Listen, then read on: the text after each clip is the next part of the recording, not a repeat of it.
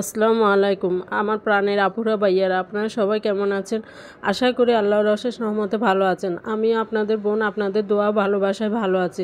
তো নতুন একটি ভিডিও নিয়ে আপনাদের সামনে হাজির হয়ে গেছি। তো এখানে এই কচুটা আপনারা চিনেন কিনা জানি না, এটা হচ্ছে ওল কচু আমরা সাধারণত বলে থাকি। কে কী বলে, অনেক অঞ্চলে অনেকটা বলে। এই ওল কচুটা সাথে কিছু কিছু জিনিসের সাথে স্মৃতি, অনেক স্মৃতি মিশিয়ে থাকে। এই ওল কচুটা আমার আব্বা খুব পছন্দ করতো। ইলিশ মাছের সিজনে ইলিশ মাছ আনলে উনি এই ওল কচুটা নিয়ে আসতো রান্না করার জন্য। তো খুব মজা করে খেতাম। আমার আব্বারও পছন্দের জিনিস এটা। কিন্তু আমার স্বামীর সংসারে এসে জিনিসগুলো খাওয়া কমিয়ে খেতাম না। ও যা আনতো তা খেতাম, এগুলো খাওয়া বদ্ধ হয়ে গেছিল বরঞ্চ।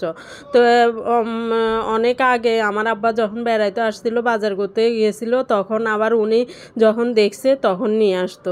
তো ওর আপনাদের ভাইয়া কোনো সময় বাজারে গেলে যে এগুলো চোখে পড়লে নিয়ে আসবে সে না। ও আমার আব্বার আবার যেগুলো পছন্দের খাবার উনি চোখে পড়লে নিয়ে আসবে। তো এই যে ওল কচুটা ইলিশ মাছ দিয়ে রান্না করলে বেশি মজা লাগে। আমার আম্মাকে সবসময় দেখতাম এটা বড় ইলিশ মাছ দিয়ে রান্না করতো। তো আমি যখন নিচে যাই, আমাদের একটা মহিলা ভ্যানে তরকারি বেচে, উনি থেকে আমি সবসময় তরকারি নিই। তো উনি থেকে এগুলো পাওয়া যায় সিজনের। তো আমি ওদিনে এটা নিয়ে আসছিলাম, 80 টাকা কেজি নিয়েছিল। তো এটা 80 টাকা কেজি, এটা হাফ কেজি থেকেও বেশি হয়েছিল। 80 টাকার 80 টাকা কেজি না, আরও বেশি কেজি নিয়েছিল। তো নিয়ে আসছিলাম। তো এখন ইলিশ মাছ দিয়ে রান্না করতেছি। তো আমি এটাকে প্রথমে কুটে একটু বাফিয়ে নিয়েছি। মাটির জিনিস তো একটু যদি গলা চুলকায়, তো কচু তো গলা চুলকাবে, আবার কিছু কিছু কচু গলা চুলকায় না। তো আমি একটু এটাকে কুটে বাপিয়ে নিয়েছি। আর পুরাটুকু রান্না করব না, তো তো নষ্ট হয়ে যাবে থাকলে। তো আমি কি করছি, বাপিয়ে কিছুটা বক্সে ভরে রেখে দিছি। আর কিছুটা এখন ইলিশ মাছের মাথা, তারপরে লেজ, তারপরে কানসা আছে না, ওগুলো দিয়ে রান্না করব।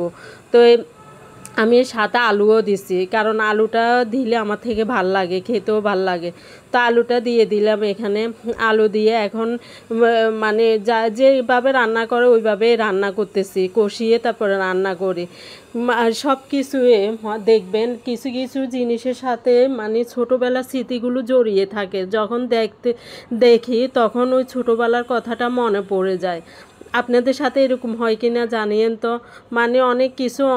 অনেক কিছুর সাথে অনেকখানের অনেক জিনিসের স্মৃতি মনে পড়ে, ওটা ভুলার মতো না, সারা জীবনে মনে থাকে। তো এই আর কি, সময় চলে যায় কিন্তু স্মৃতিগুলো ঠিকই থেকে যায়। একটা মানুষ মরে যায়, কথাগুলো থেকে যায়, স্মৃতিগুলো থেকে যায় ওর সাথে। ওই স্মৃতিটা তখন ওই যে জিনিসটা নিয়ে স্মৃতিটা থাকে, ওই জিনিসটা দেখলেও ওর কথা মনে পড়ে, ওই স্মৃতিগুলো মনে পড়ে যায়। তো এগুলো ভুলার মতো নাই, ভুলতে চাইলেও ভুলা যায় না। তো এখানে আমি কষিয়ে তারপরে এখন পানি দিয়ে দিছি। তো এই জিনিসগুলো কিন্তু গ্যাস্ট্রিক, তারপরে অ্যাজমা, তারপরে ডায়াবেটিস, এগুলোর জন্য খুবই ক্ষতিকর মাটির তলের জিনিসটা। তারপরেও কিন্তু আমরা এগুলো খাই, ভাল লাগে, পছন্দ বিদায় খাই। তো ভিডিওটা যদি আপনাদের থেকে ভালো লাগে তাহলে আমাকে সাপোর্ট করবেন, পাশে থাকবেন, সাবস্ক্রাইব করে দিবেন, লাইক শেয়ার করবেন। এটাই আপনাদের কাছে চাওয়া পাওয়া। তাহলে আমরা নতুন নতুন ভিডিও আপনাদের সামনে হাজির করতে পারবো। তো এই আর কি, এখন আমার রান্নাটা হয়ে গেছে। তা আমি সবসময় ইলিশ মাছের সাথে ধনে পাতাটা ভাল লাগে, অন্য ধনে পাতাটা ভাল লাগে না। তো আজকে পর্যন্ত, আল্লাহ।